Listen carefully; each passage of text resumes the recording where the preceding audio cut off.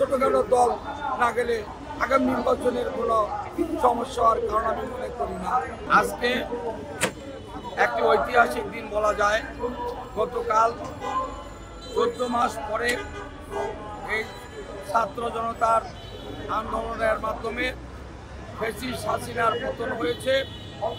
সেইখানে আমাদের অঙ্গীকার ছিল যারা এই আন্দোলন সংগ্রামে আত্মনিয়োগ করেছে, যারা মৃত্যুবরণ করেছে, বন্ধুত্ববরণ করেছে, জেল খেটেছে, তাদের জন্য একটি জুলাই সনদ স্বাক্ষর।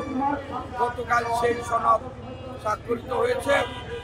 প্রায় 25টি দল স্বাক্ষর করেছে এবং সবচেয়ে বড় জিনিস, আপনার বাংলাদেশের বিশ্বের খ্যাত একজন লরেন আমাদের প্রধান উপদেষ্টা ডক্টর মোহাম্মদ ইউনূস স্বাক্ষর করেছে।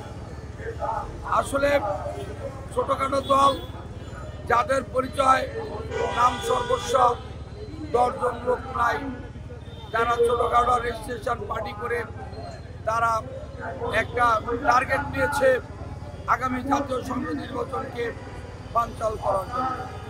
যে দলের মেজরিটি বাংলাদেশের 60 থেকে 70% লোক বিএনপিকে ভালোবাসে, লালন করে, তারা বিএনপির পক্ষে আছে।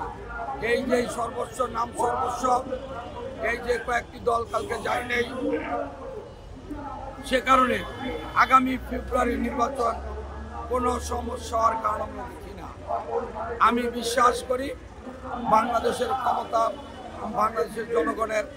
আগামী জাতীয় সংসদ নির্বাচনে জনগণ ম্যান্ডেট দিয়ে সংসদ নির্বাচনকে বাস্তবায়ন করে দেশে একটি গণতান্ত্রিক সরকার প্রতিষ্ঠা করবে। বাংলাদেশের 18 কোটি মানুষের প্রত্যয়